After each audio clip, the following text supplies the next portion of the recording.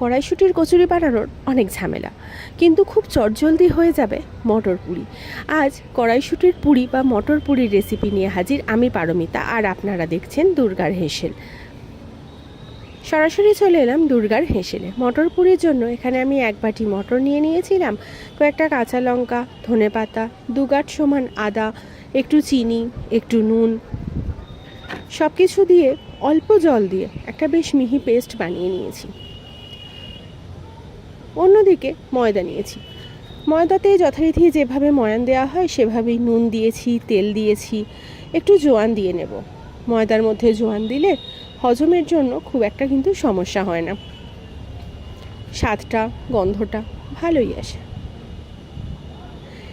এরপর যে মটরের পেস্টটা বানিয়ে রেখেছি সেই মটরের পেস্টটা ময়দার মধ্যে দিয়ে দেব। মটরের পেস্টের মধ্যে কিন্তু আগে থেকেই একটু জল রয়েছে, তাই এক্ষুনি কোনো জল ব্যবহার করছি না। এটাকে আগে ভালো করে মেখে নেব। তারপর যদি মনে হয় জল লাগছে তাহলে সেই মতো খুব সামান্য সামান্য জল দিয়ে একটা বেশ ডো বানিয়ে নেব। তো সেই ডোটা খুব শক্ত কিন্তু হবে না, আবার নরমও হবে না। মোটামুটি যেরকমটা আমাদের রুটির জন্য আটা মাখা হয় না, ঠিক সেরকম মতো হবে। মাখা হয়ে গেলে ডোয়ের ওপর আরও একটু তেল দিয়ে ভালো করে মথে নেব। তেল দেওয়া থাকলে খুব স্মুথলি কিন্তু বেলাও হয়ে যাবে, আর এখানে মাখাটাও কিন্তু খুব স্মুথ হয়ে যাবে। এরপর এখান থেকে লেচি কেটে নেব। লেচিটা কিন্তু একটু বড় সাইজের কাটবো, মানে নর্মাল আমাদের ঘরে যেমন লুচি হয় তার থেকে একটু বড়, তবে পরোটার মতো অত বড়ও কিন্তু নয়।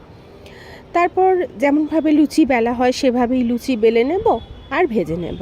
এখানে যেহেতু লেচিটা একটু বড়, লুচিটাও কিন্তু একটু বড় মাপেরই আমি করে নিচ্ছি, তবে খুব বেশি মোটা কিন্তু রাখছি না।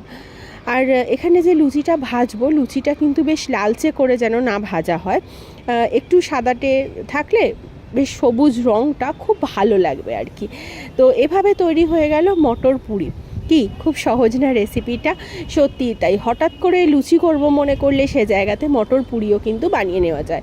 লুচির থেকে একটু ভারীও হয়, আর খেতে শুধু একটু বেগুন ভাজা বা মিষ্টির রসও চলতে পারে, গুড় দিয়েও কিন্তু খাওয়া যায়।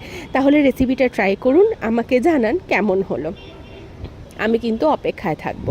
আমার চ্যানেলের অন্যান্য রান্নাগুলো যদি আপনাদের ভালো লেগে থাকে তাহলে বলবো সাবস্ক্রাইব করে পাশে থাকুন। দেখা হবে এরকম নিত্য নতুন খুব সহজ ভিডিও, আর সবথেকে বড় কথা ঘরোয়া উপাদানেই তৈরি ঘরোয়া সমস্ত রেসিপি, যেটার জন্য আপনাকে এমন কিছু খরচাও করতে হবে না, বাইরেও যেতে হবে না, অথচ স্বাদে অতুলনীয়। তাহলে থাকছেন তো পাশে? দেখা হচ্ছে তো আবার নতুন ভিডিওতে, অপেক্ষায় রইলাম।